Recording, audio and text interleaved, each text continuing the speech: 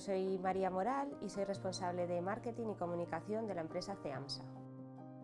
Somos una empresa que la fundó Ignacio Alzueta en el año 1966 y que actualmente preside su hijo Íñigo Alzueta. Nosotros nos dedicamos a la fabricación y elaboración y distribución a nivel mundial de distintos hidrocoloides, como son la carragenina, el arginato, la pectina, la fibra y la goma de garrofín. Decidimos formar parte de Clusaga porque creemos que está realizando una labor muy importante de dinamización del sector agroalimentario y además buscando sinergias y colaboraciones en actividades y proyectos.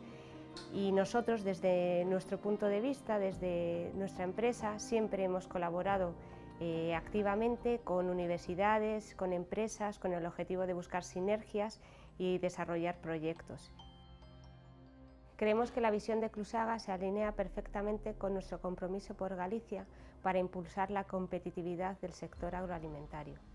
Compartimos, por tanto, valores y objetivos y por ello estamos encantados de formar parte de Clusaga. Creemos que a través del clúster podemos potenciar la colaboración con las distintas entidades que forman parte de la cadena de valor del sector y generar proyectos en común.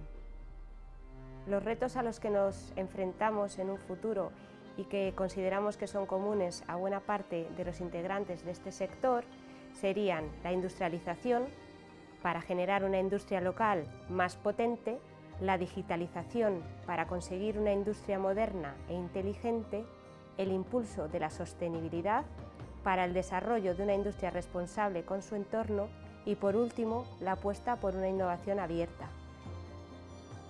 Todos estos retos importantes solo los podremos afrontar si trabajamos de manera unida.